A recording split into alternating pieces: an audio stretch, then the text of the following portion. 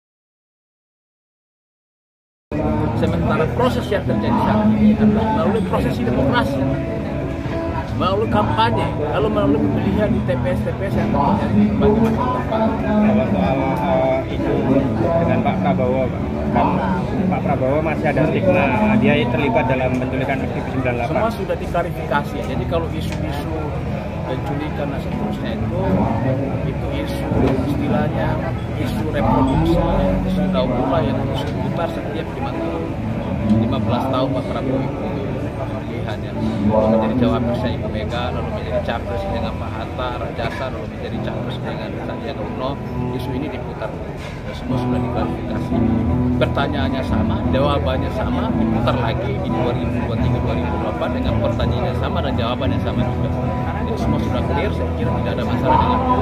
Dan Pak Prabowo sebagai seorang purnawirawan TNI juga mengikuti proses demokrasi. Dia mendirikan partai politik, lalu mengikuti kontestasi di Pilpres, mengikuti proses demokrasi bagaimana koalisi yang lain. Bahkan Pak Prabowo sendiri sebagai tokoh militer mencalonkan tokoh-tokoh sipil tampil di pimpinan nasional. Hampir semua tokoh nasional yang baru sekarang ini itu dari yang dicalonkan oleh Pak Prabowo. Termasuk mobilisasi aktivis 98 ini juga untuk menghapus stigma itu ya Pak? Tidak ada, itu sebenarnya partisipasi. Tidak ada yang menyuruh kami untuk mendukung Pak Prabowo. Kami sendiri yang berpartisipasi salah satunya melihat bahwa hanya Pak Prabowo ini yang bisa memimpin Indonesia. Kenapa? Dalam menghadapi tantangan 2023 jangan sekarang. Kita butuh pemimpin Indonesia yang punya pemahaman dan bisa menyelesaikan persoalan-persoalan terkait korupsi. Kita khawatir dengan perubahan yang tidak mengantisipasi bisa membahayakan bangsa dan negara.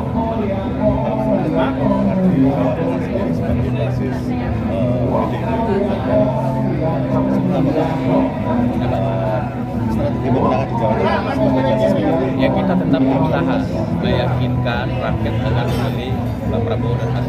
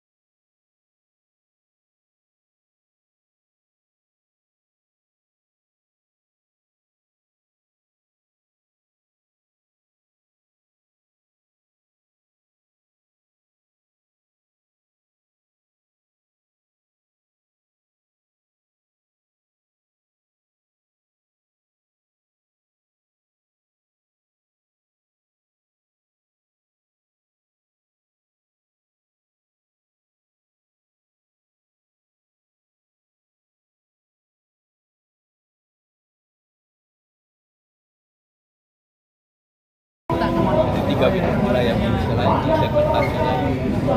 Berapa? 2, 3. Aktivis 98 bersama rakyat mendukung Prabowo Gibran menang. Satu putaran. Sekarang bersama audien juga ikut. Aktivis 98 bersama rakyat mendukung Prabowo Gibran menang. Satu putaran. Oke, terima kasih, lanjutkan.